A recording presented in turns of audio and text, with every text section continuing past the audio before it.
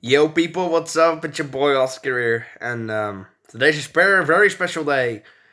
It's my birthday, and since it's a birthday special, we're gonna answer some Q&A questions. Since I did make a community post about it, but everyone in the comments didn't actually make some questions, which is very sad to see. But okay, fine. Like, no, not everyone has time.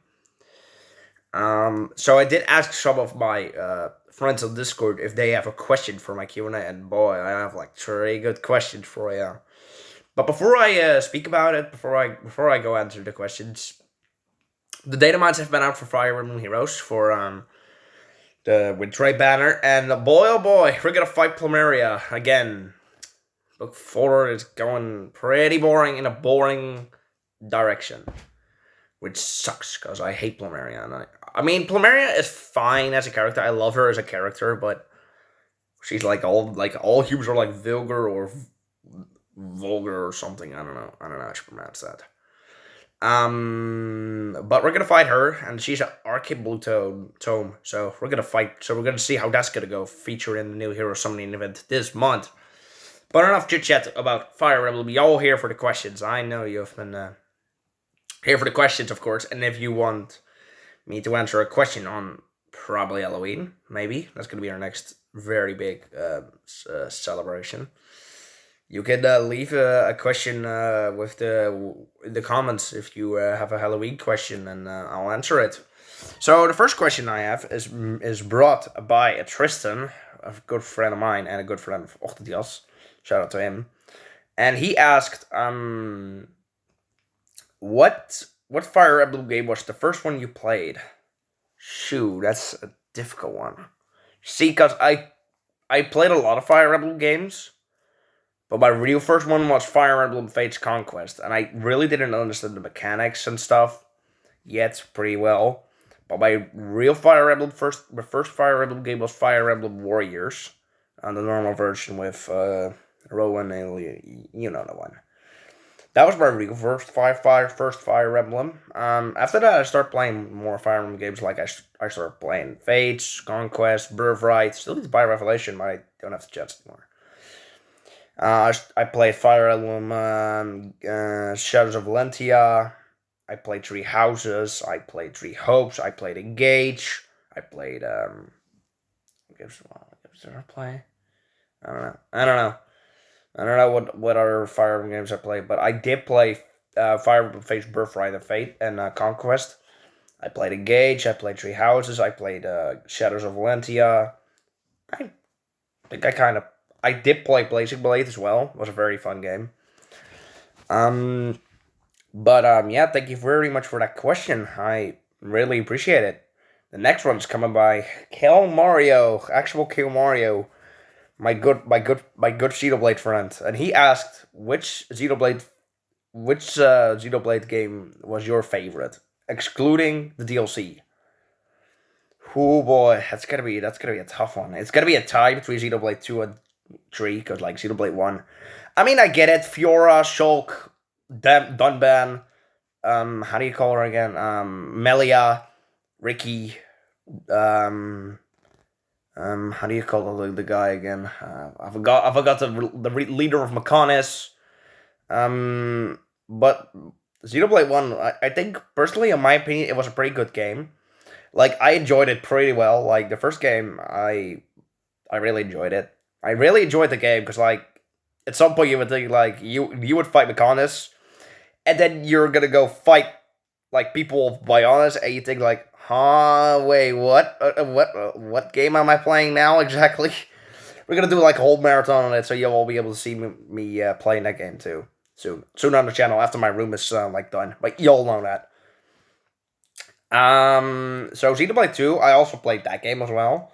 Xenoblade 2 was actually one of my favorites. One of my favorites. So I did enjoy the story a whole lot with the Aegis, with Pyra, Mithra, Rex, Nia. I always mix up her name with someone else. Nia. How do you call her again? Morak or something. I don't know. The leader of Morai Dane. I don't know. I forgot the other one. Dora. I really my yeah, so Xenoblade 2, story wise, it's pretty good. Like you would never expect. There are some scenes that I think like, excuse me, is that even allowed?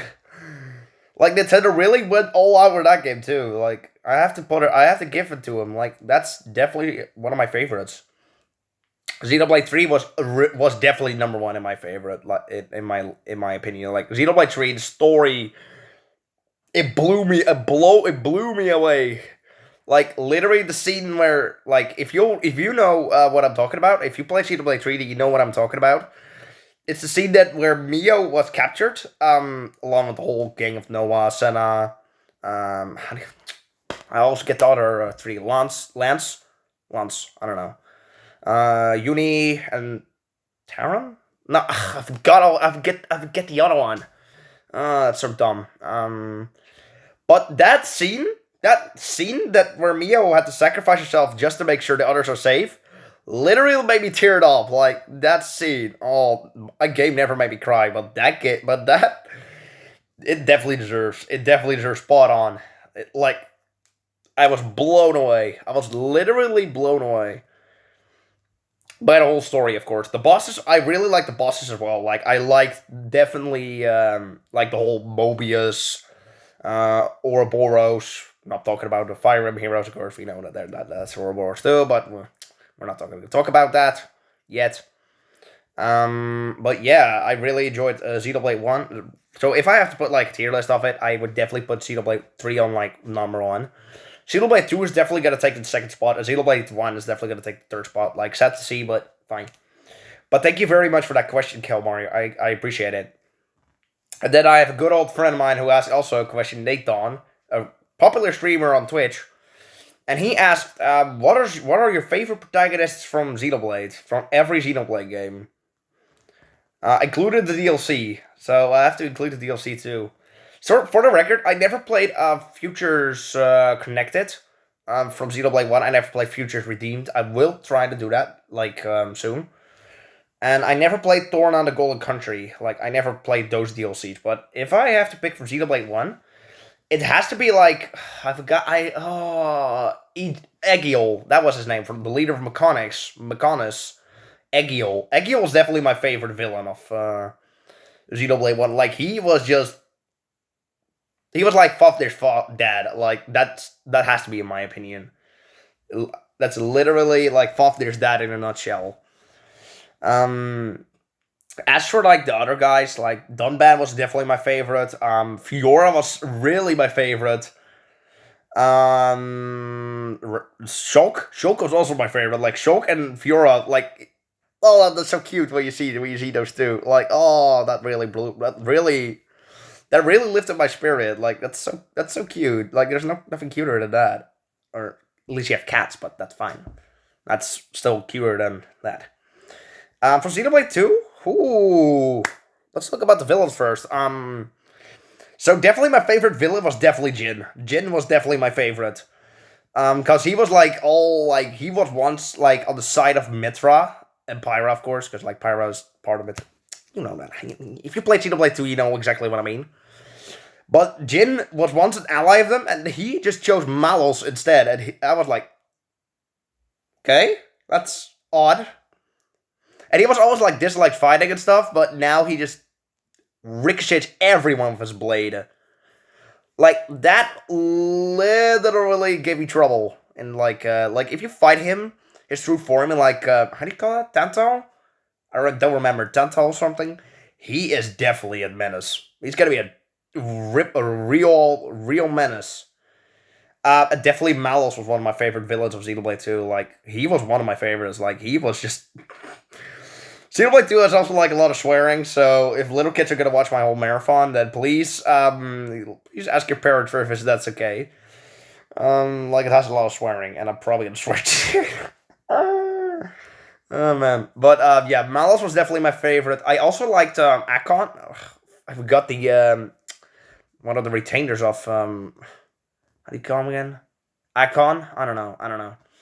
But definitely Pyra and Mitra were my favorite as well. Like those two really blew. Those two were really my favorite of Xenoblade 2. And Xenoblade 3, definitely Mio. Because Mio was definitely the most interesting one in my opinion. But all from the villains, I would definitely say N and M. Like, those two really deserve the spot. And then for the DLC, I never really played the DLC of Xenoblade 1 and 2, so I can't really tell much about it. But I did see some like gameplay of Xenoblade 3's DLC, and I would say that Glimmer was definitely one of my favorites of the heroes, and one of my favorite villains.